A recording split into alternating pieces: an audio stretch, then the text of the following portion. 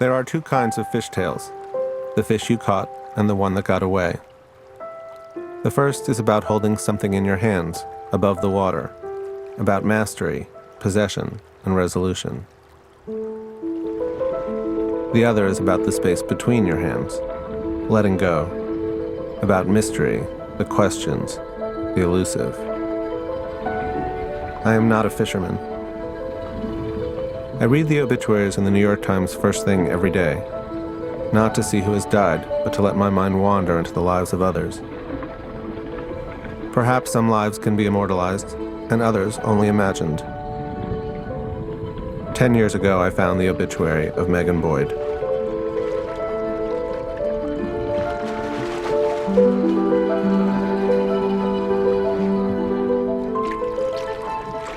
Megan Boyd, whose fabled expertise at tying enchantingly delicate fishing flies put her work in museums and the hands of collectors around the world and prompted Queen Elizabeth II to award her the British Empire Medal, died November 15th in Goldsby, Scotland. She was 86. From tiny strands of hair, she made magic. The classic Scottish flies like the Jock Scott, Silver Doctor, and Durham Ranger, and the fly named after her, the Megan Boyd, a nifty blue and black number famous for attracting salmon at the height of summer, when the water was low, hot, and dead. She liked to sell to fishermen she knew. The more I read the words, the more it felt like they were being read to me, like an invitation to a fairy tale, or whispered in my ear like a riddle. Why does a salmon take a fly? Why does a salmon take a fly? Why does a salmon take a fly? Well, nobody knows. And Megan, when she was tying, her flies caught fish.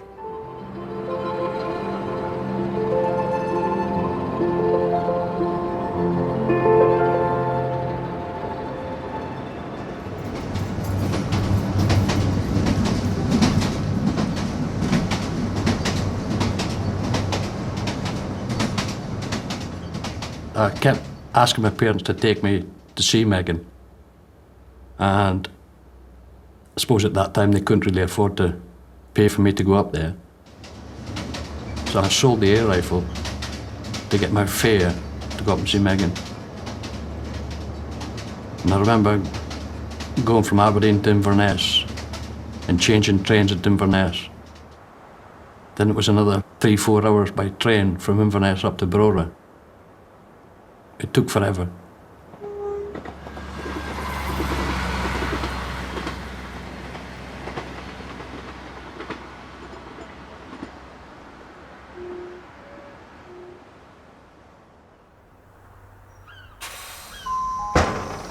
This is Brora. This train is for... Then when I got to Brora, I got off the train and I stopped the first person I saw and says, "Could you tell me where Megan Boyd lives?" And they turned around and says, "Yes. It's about 3 miles up the road." And I thought I was never going to get there.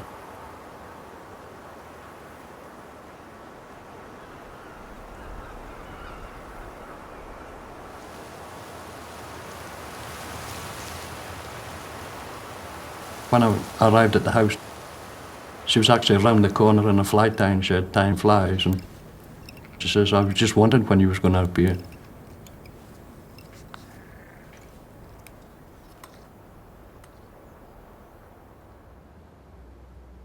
At first, she looked like a man in a skirt. She cut her own hair in the way she'd cut her hair, and she always wore a tie.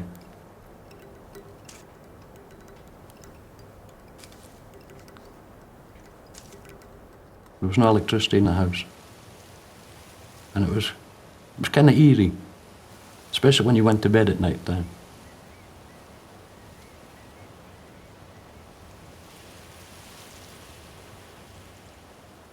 And the first night I was there, I remember lying in the bed and hearing these noises and saying, "What the hell's that?" And the next morning I saw Megan and I said, "Megan, funny noises coming from the house." She says, "Oh, it's the foxes under the house."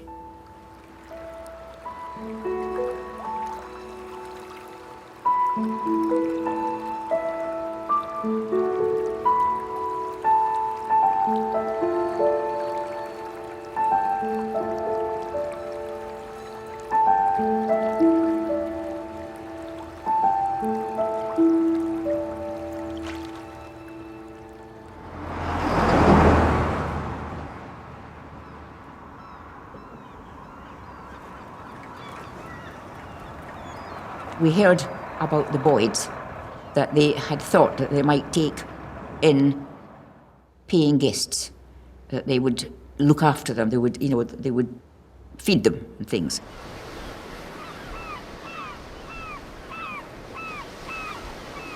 We used to come up the whole of July, and my father and his staff stayed in the Marine Hotel. But the family, myself, my brother, we stayed at the Boyds. It was then that I met Megan, in 1934. We had the house, and they had living quarters above the garage. And they just came in and cooked and served us the food. It was just a lovely, carefree childhood, you might say, an idyllic time.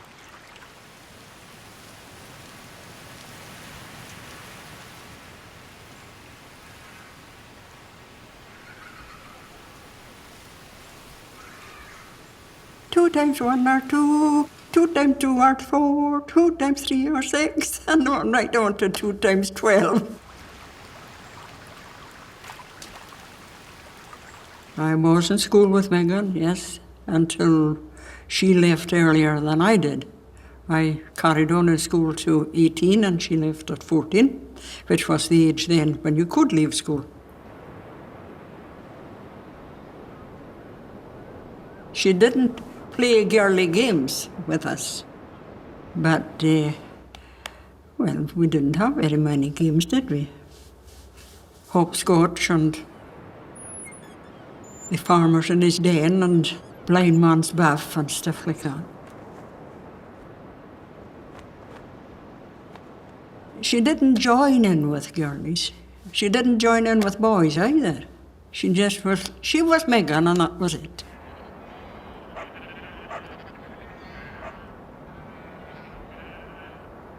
Her father, I think he'd been a river watcher maybe at some time, but he was a cantankerous old fellow. And the old boy used to bring other crofters in every morning at 11 o'clock. Anna, the mother's name was, she would make them coffee. And I remember we would say to her, "What on earth did you marry him for?" And you know what her reply was? Well, she said, I saved some other poor woman from misery, or something like that, she said.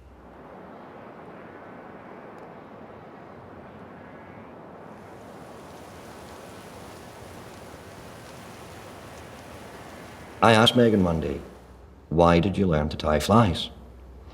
And she said, "Because they're pretty."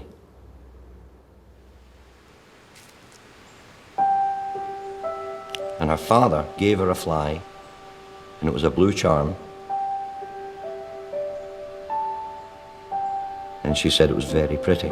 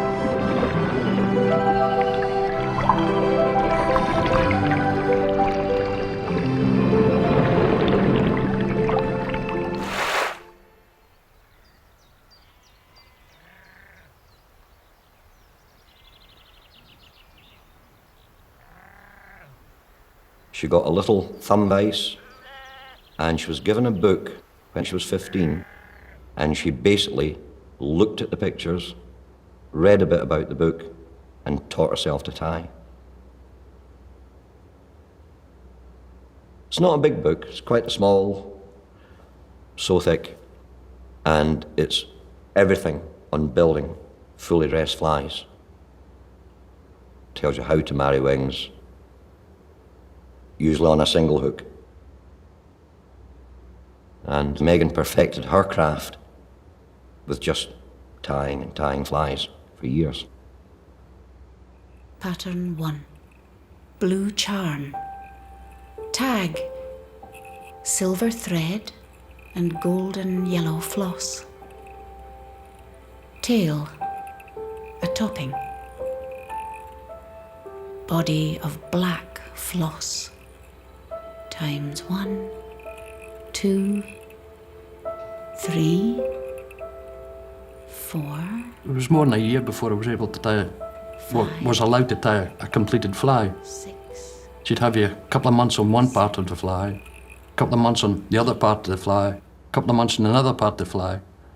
Then it all came together and she says, right, you're ready to tie a basic, simple fly. Nothing fancy. Then she used to have a look at the fly and say, yeah, that's okay, this is okay, that's wrong, this is wrong. Then you used to take the fly all to pieces again and use the same hook again. Once. Twice. 3 times. 4. When you went to bed at night time, Megan always made a hot water bottle for you to keep you warm. Then next morning, you emptied out the hot water bottle. And the water from the hot water bottle you used to wash your hands and face in the morning. So the water was never wasted at Megan's. There was water in the house that came off the hill, but she would never use it in case a sheep or something had fallen in and died. So every morning she went down to Brora, or every second day. She used to come in and fill big canisters, buckets and what have you, for her water.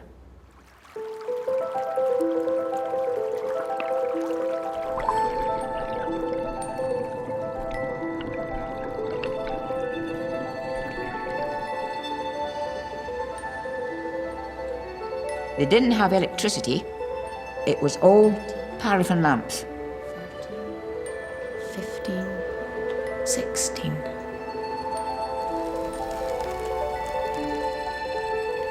Ribs of oval silver tinsel.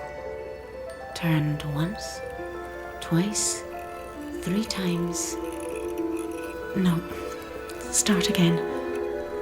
Once, twice, 3 times. Throat, a deep blue hackle. You used to stay there for a couple of weeks at a time. Then go back home. Megan would give me material and say, I want you to do this part of the fly or this part of the fly. Then post them back up to Brora.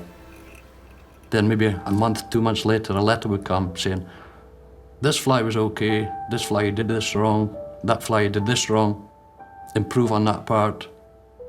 10, You know, and that's the way it went for 11. a couple of years. 12, 13, 14, 15, 16.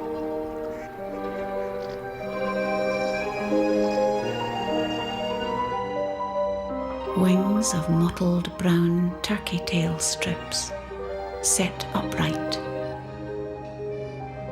and narrow strips of teal along the upper edge, but topping over.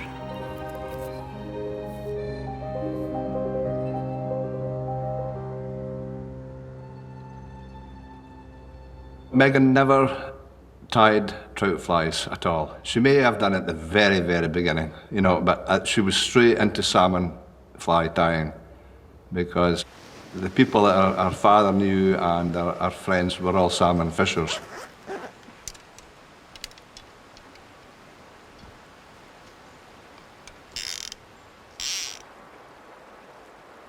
I mean, anywhere they've got Atlantic salmon, you'll find Megan's name.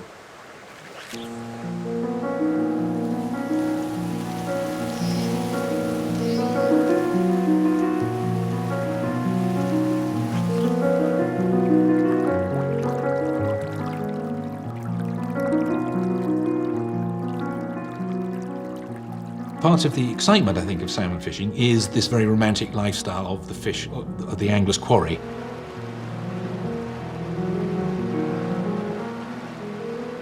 The juveniles spend 2 or 3 years in the rivers before they get this urge, the smoulting urge, where they want to go to sea to stuff themselves to eat.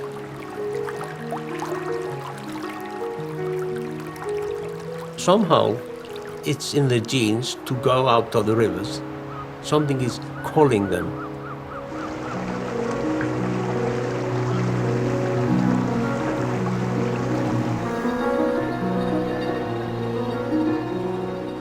They go all over the Atlantic, mostly through the Faroe Islands, into the Norwegian Sea, up to Greenland and Iceland. The huge journey that is undertaken from its native headwaters right out to feed under the ice cap and to come back to propagate the species. Once that fish goes out at sea, I don't think we've any control over it at all.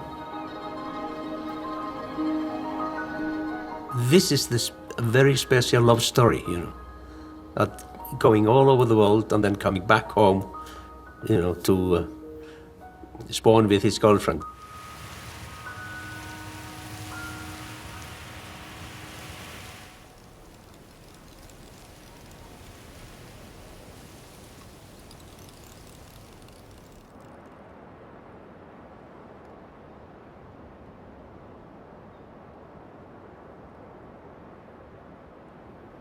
Her first commission for fly tying, she had to convert an angler's fly box from old gut-eyed flies to the new irons, single irons. And her commission for doing that was £5. And with that money, she was able to buy a 4-piece suit for her father from the Army and Navy stores in London, and still had enough money left over to buy raw materials to start her business. A lot of the feathers that were used in Megan's day were a spin-off from the millinery trade, brought in specifically to make ladies' hats. All these birds, they were brought in by the English gentry, from India and Africa. There were actually thousands of different high Victorian and Edwardian patterns, each vying with the other to incorporate more and more high imperial exotic materials. There was Indian crow from South America. There was blue chatter from South America. Toucan feathers. Ibis. Various parrot feathers. Jungle cock. Bustard from Africa and India.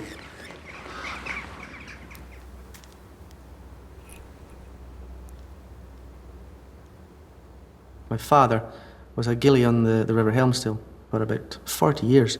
And he used to pick up flies for his clients.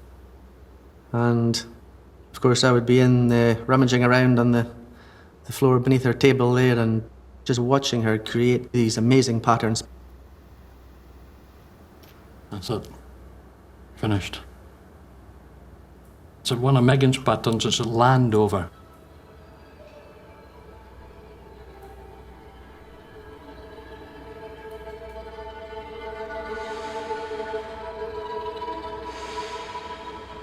Megan always said to me, put life in your fly.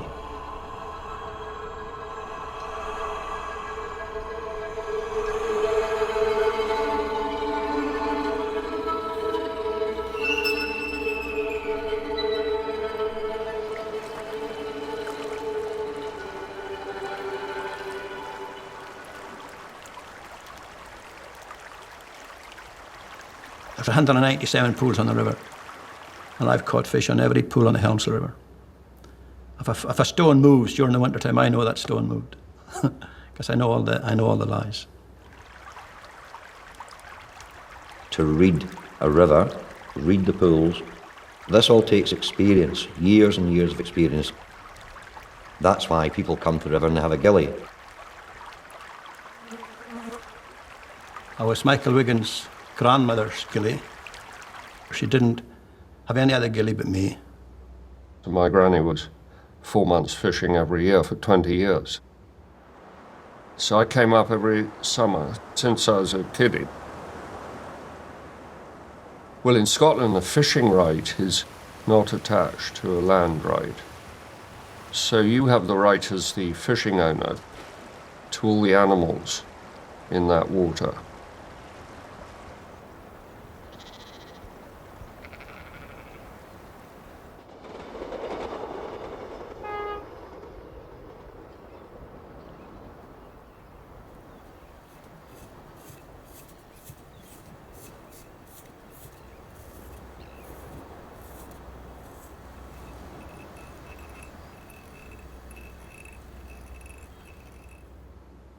The only thing Megan wanted to do was dye flowers.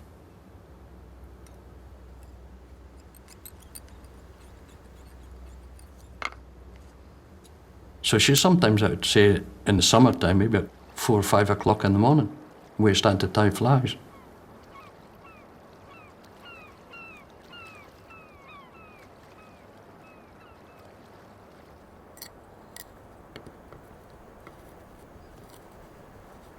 She used to sit in the windows in front of her, and she wasn't looking at what she was doing.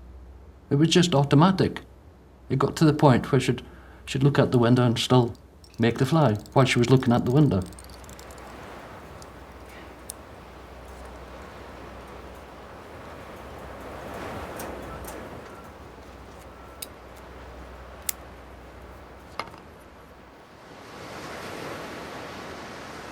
The shipping forecast for the next 12 hours. The disturbance near the Hebrides is almost stationary. Coast of Ireland, Wales and England, wind southwesterly, moderate or fresh locally, visibility good. Coast of Scotland, wind south, moderate, visibility good.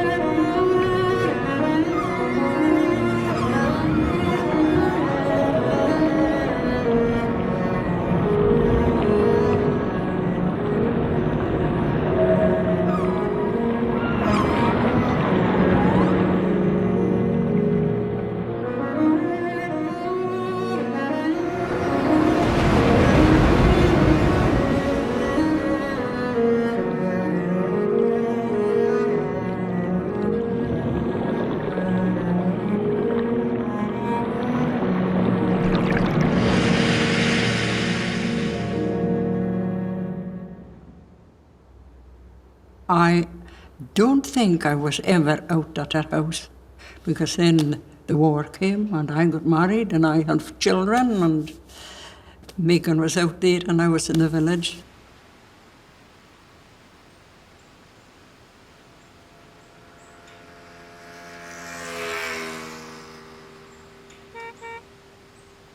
Megan used to ride a motorbike.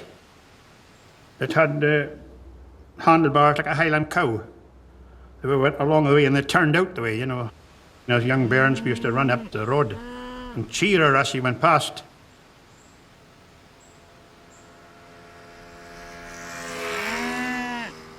And that was when she used to wear the khaki and the trousers.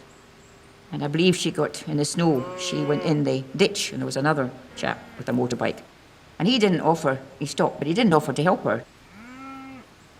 And eventually, when she got it out, he discovered that she was a lady.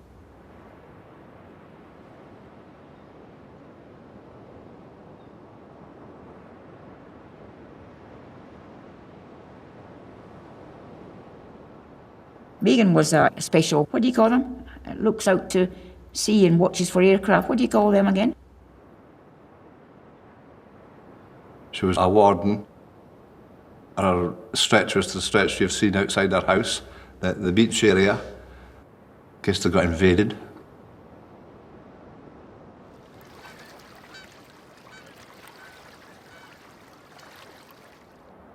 It was a listening post, I think, out there, or seeing what was going on, watching the seas and the sky.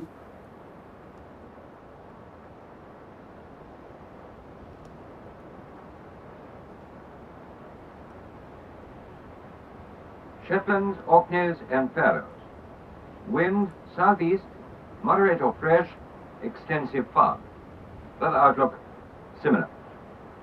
It will be cooler than of late, ground frost locally at night. Outlook for Saturday, continuing unsettled.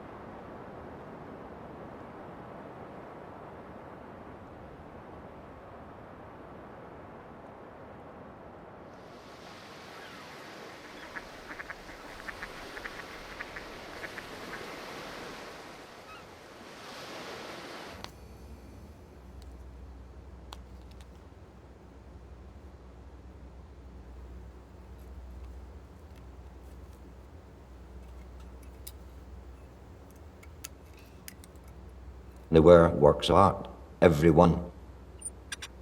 So even the local lads, rather than tie their own, were buying them from Megan. And Megan would charge them then something like £0.50 a fly. And then people on the river, some of the gentry, the toffs, got to know about her flies, and of course they would offer her more to try and get them done quickly.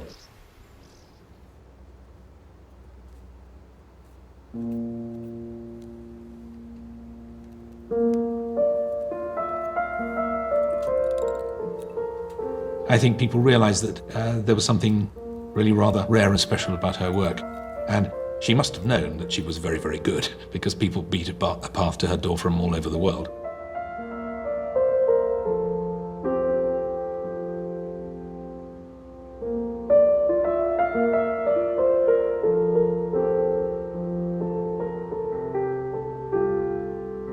Megan must have made hundreds of thousands of flies. Thousands and thousands of flies. Because everybody who came to the Helmsdale put an order in for flies, and they collected them on the way up. Some people flew up, others came by car, but they all stopped at Megan's wee house and got their flies.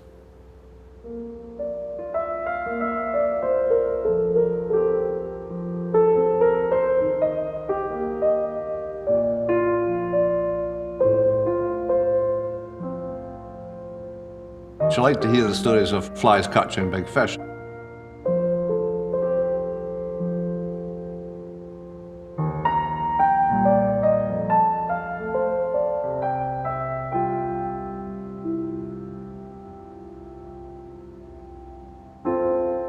Countess of Seafield, Caithness Choice, Cairngorm, Clydesdale, Diefenbaker, Dunrobin, Lady Wyfold, Lady Margaret. All the flies that Megan tied are designed herself. My father has a copy of it. Megan's Fancy. Megdale. Moonshine. One set. And there was one, was named the White Lady. The White Lady. Threads of ivory and gold and pale blue silk, and feathers of white and blue swan.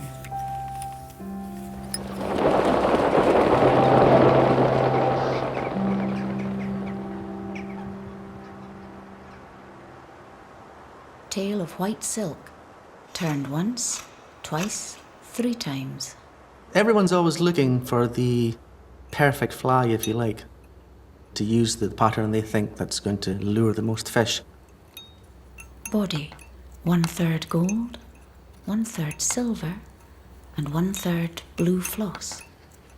I believe people came with bits of their eyebrows that they wanted incorporating into a special pattern and bits of the family parrot, and she'd pretty much seen it all. Ribs of oval gold tinsel, turned once, twice, 3 times. She remarked on the colour of my hair, and she asked me for a piece of it. I'd have been about 18, 19, but it wasn't a lock of my hair at the time, it was a lock of my first hair. Wings, a pair of tippets, and mourning dove. I still have a packet with 2 feathers that she gave me, and I've never dared use them, and they were like talismans for me. And married strips of white and blue swan.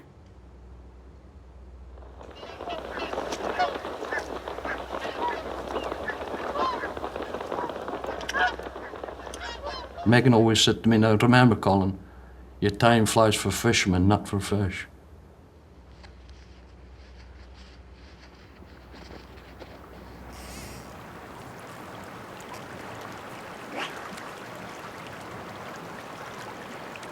Many a time you'll fish for a week and you'll not catch anything. And you start to wander, your mind wanders. And that's what fishing is really about. It's not just catching fish.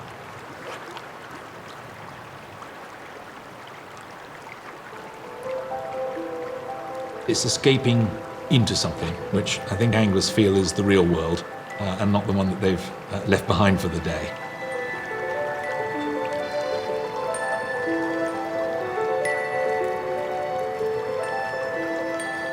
They like to see their fly rod work beautifully and turn over a beautiful long line, you know, running across the river with a lovely presentation of the fly to a certain fish.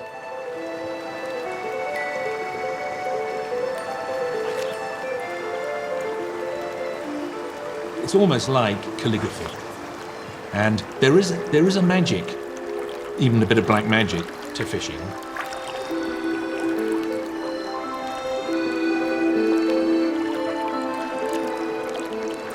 The thing that really subsumes the angler's interest is what is going on under the water, where he can't see. And you need to swim your fly and swim your bait in your mind, in your imagination, right into the fish's mouth.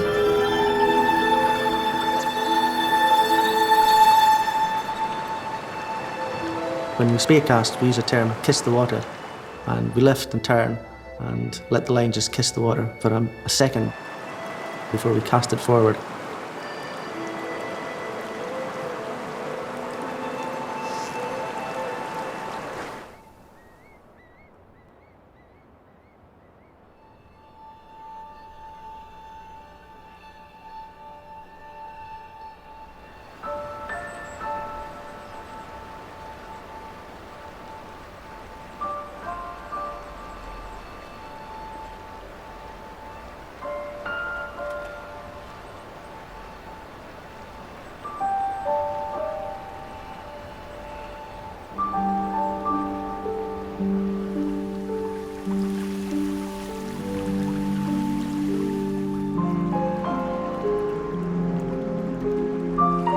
The biggest salmon ever caught was caught by a woman.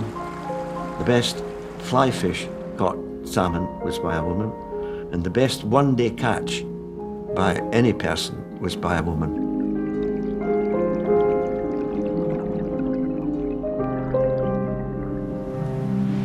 I was seen to climb out of a bedroom window, leaving 2 very young children, and go down to the loch with his rod.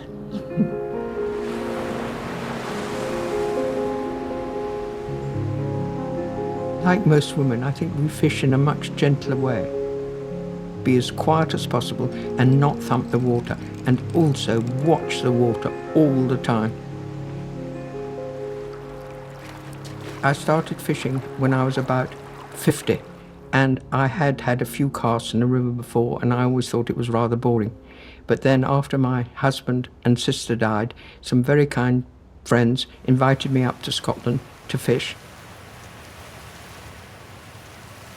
They were really experienced salmon fisher, and I almost wished I hadn't come, because they all had lots of fly boxes and I only had 1 fly, and they all went to places where they'd caught fish the previous year. So I wandered further up the river where nobody was, and I suddenly saw a fish very near the bank, head and tailing. So I said to the head gilly, "Can I go up there and fish?" And he said, "Of course you can. Nobody catches anything up there." So I had about 3 casts just where I'd seen the fish, and suddenly I felt this tug. I called out to the gilly, and my cousin replied, "Oh, you're probably hooked on a branch or something." So I just went on. It must have been about half an hour, and suddenly my fish surfaced a bit. Then the gilly came with the net, and there was enormous silence. And I said in a sort of pathetic voice, "What are you doing with my fish?" And they answered back, "Bloody hell, we can't get it in the net." And I dropped my rod and walked down, and I saw this absolute monster.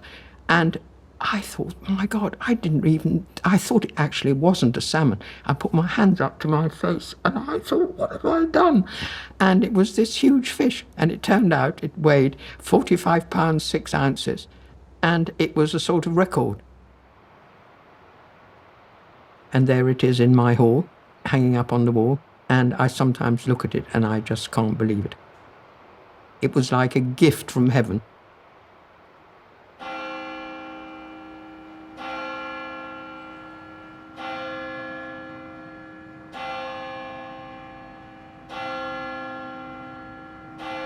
But she never worked on a Sunday. You wouldn't go up there on a Sunday and find her. She used to get into her car on a Sunday and just disappear. If she stayed at home on a Sunday, she knew somebody would come into the house and say, "Megan, I'm short of sunflowers. Can you tie me this? Can you make me this? Can you?" And to stop that, she just disappeared. There's a place that I remember, Glen of the Fairies sticks in my mind. Glen of the Fairies.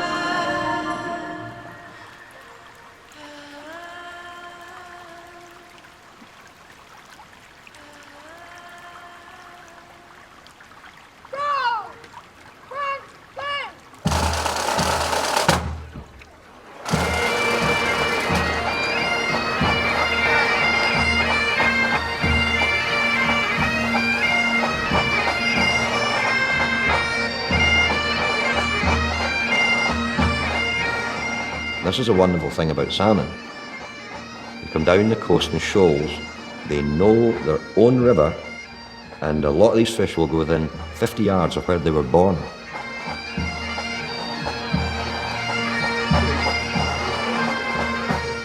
A lot of people that came to fish the river were people of influence, you know.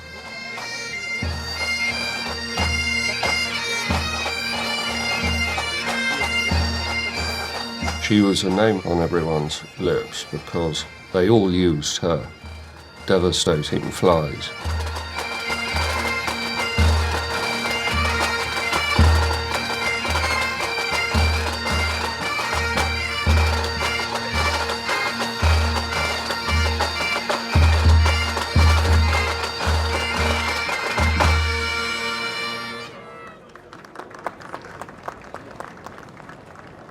I know that she got 1 or 2 letters from an agency that used to look after Prince Charles's affairs that wrote to her and said, could you tie salmon flies for Prince Charles, but don't tell anybody.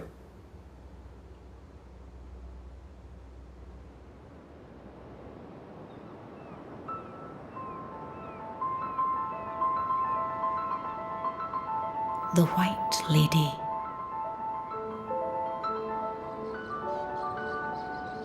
A tag of oval silver and blue silk.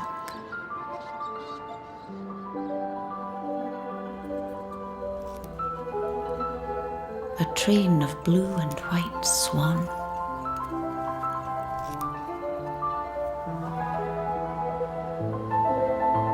Bodice of white ostrich.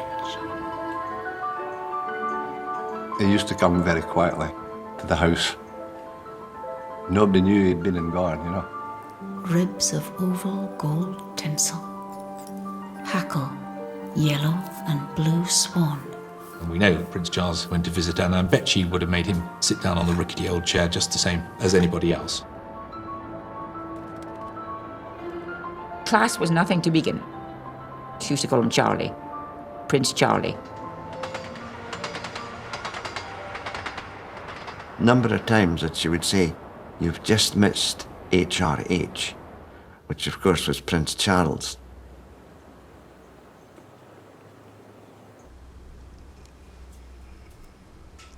Dear Charlie, best wishes to you and Lady Diana. May you enjoy a lifetime of peace and happiness.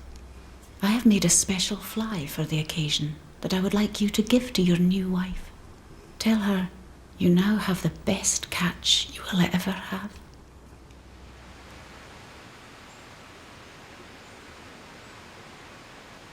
You know, she had the British Empire Medal awarded to her, and she wrote to the Queen and told the Queen, "Dear Elizabeth, I can't come because I'm playing bridge on Saturday night."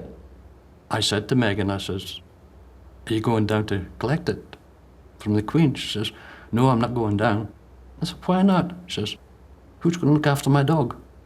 Is there a dog called Patch? And Megan got a nice letter back from the Queen and stating, well, sorry you couldn't come, this is why you were awarded the Empire Medal, and P.S. how did your evening go?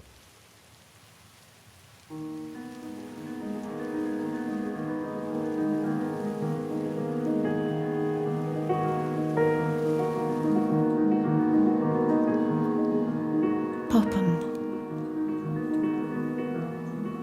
Tag. Silver tinsel. Tail. A topping and Indian crow. They were tied for fishing, not for putting in frames. 1/3 orange floss, 1/3 yellow floss. They were all for use to catch fish. They were never for framing. Wings of married strands of bustard. Florican. Peacock wing. Scarlet. No. Orange and yellow swan.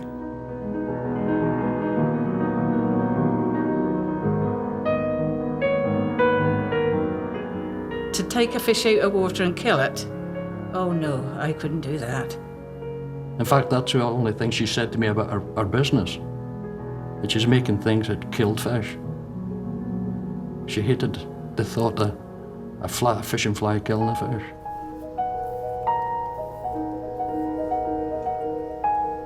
And that's why she never went fishing.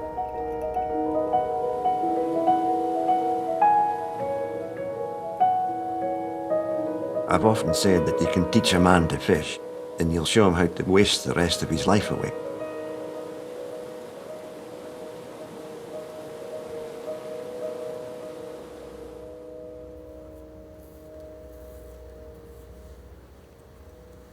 The classic salmon fly itself, unfortunately, as good as it is to look at, once you fish with it, you know, it really does mess up the feathers.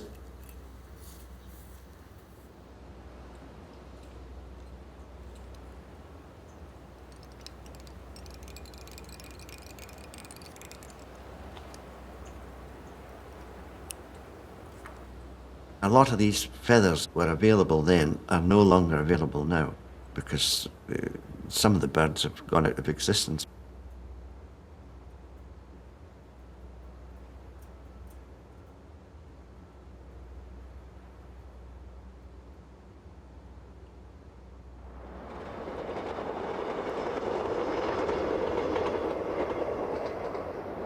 Trends changed and everybody wanted hair-wing flies because A, they were cheaper and the feather wings went out of fashion. Hair-wing fly, you can tie one in 10 minutes. There's no married wing. There's not the same amount of material going into the fly. We started using squirrel tail, deer hair, buck tail. We could dye them all, and they were stronger than feathers. And I remember her tying me a hairy Mary, and she said, the wing must be from a roe deer in its summer coat. Now, I was told that the original wing for the hairy Mary came from the pubic hair of a barmaid in Inverness in 1961. Nowadays, a lot of the people use super glue and sticking stuff onto a hook. You know, it's like fishing with a shaving brush.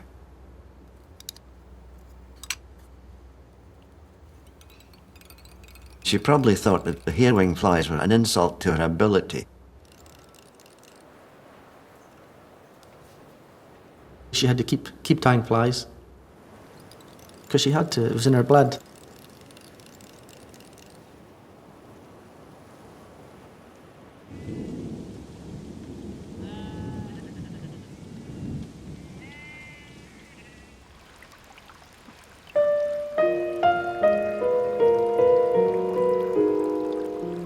I fished for about 20 years, and every year I saw there were fewer and fewer fish coming back. There's lots of talk about global warming and how it's affecting the migratory routes.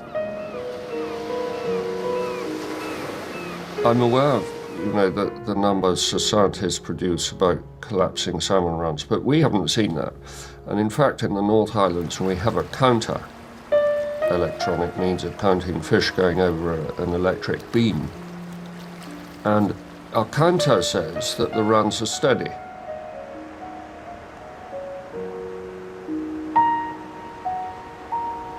Everywhere, not just in Iceland. We looked at what's happening in Norway and Scotland, in Canada. The stocks were going down. I said, oh my God, they're going to disappear.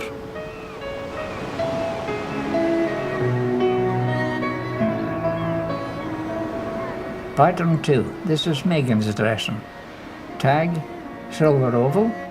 Tail, topping and teal green parrot. Body, 1/5 yellow seal, 1/5 orange seal, 1/5 red seal, and 2/5 blue seal. Wing, 2 strands of bustard, blue and yellow swan, with broad strip of red swan on top. Finish off with a head of...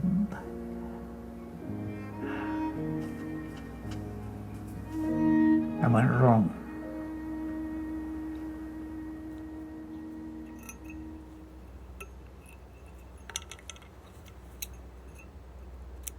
It didn't happen overnight. I mean, it just came on, and it just got worse and worse.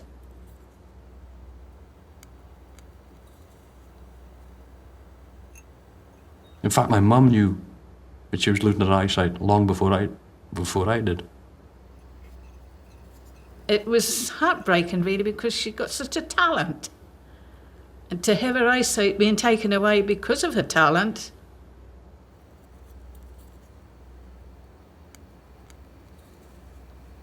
She didn't have electricity in the house. You know, she's a flight tire, and she needs all the light in the world, you see. No wonder she went blind.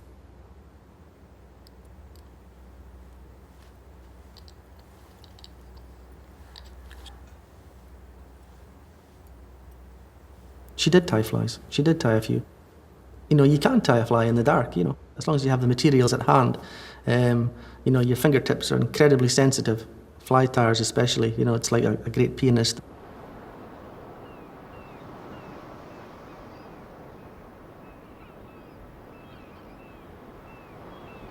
She could only make out shadows. Then shortly after that, she went into a home.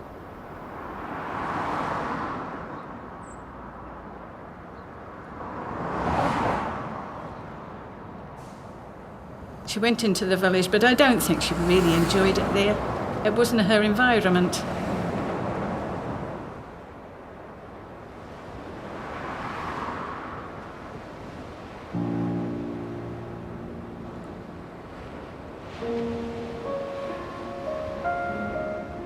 She used to hold my hand all the time when we were talking and so on, and I remember she told me about the Prince of Wales. His favorite fly was called the popham.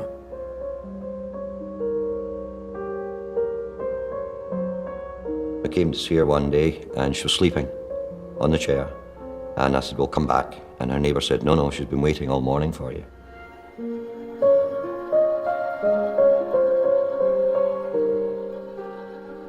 There was a little frame of flies on top of the television, and in the middle was a popham.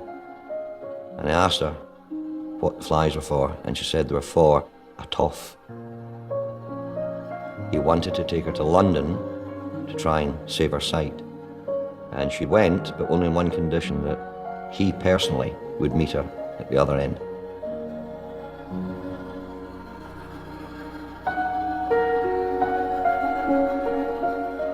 And of course, Megan went down.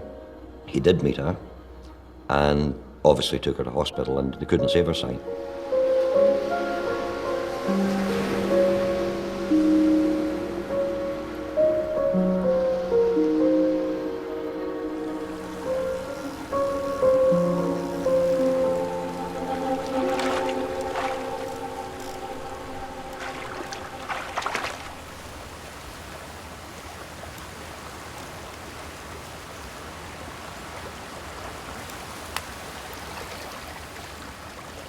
She kept shouting, die, die, die.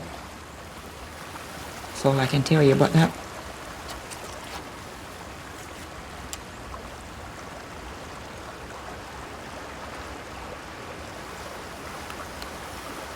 You ask the fish would say, please, I would like to be released rather than killed. There you go.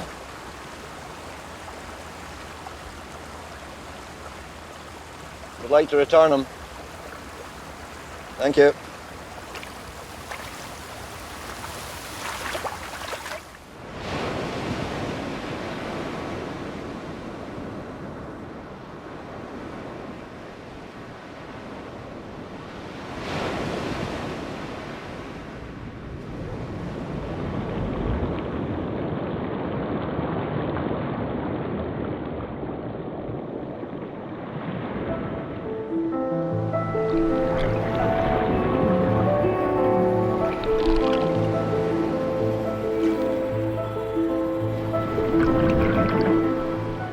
The water in Scotland doesn't actually belong to anyone at all.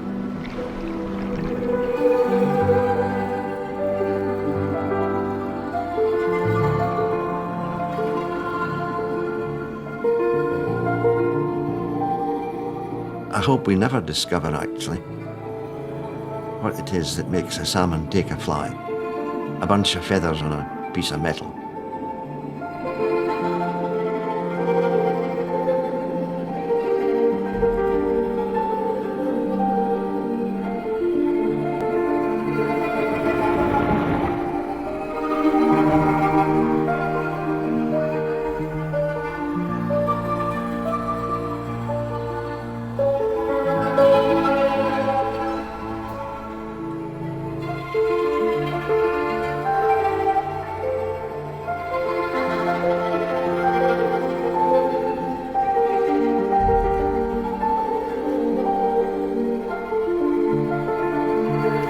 If nature is what helps you to find your inner peace, then simply press the red button now to follow live action from the Autumn Watch cameras. In a moment, our gentle evening continues with a ride along one of the most beautiful bus routes in the country. To take you there, we slip beneath the canopy.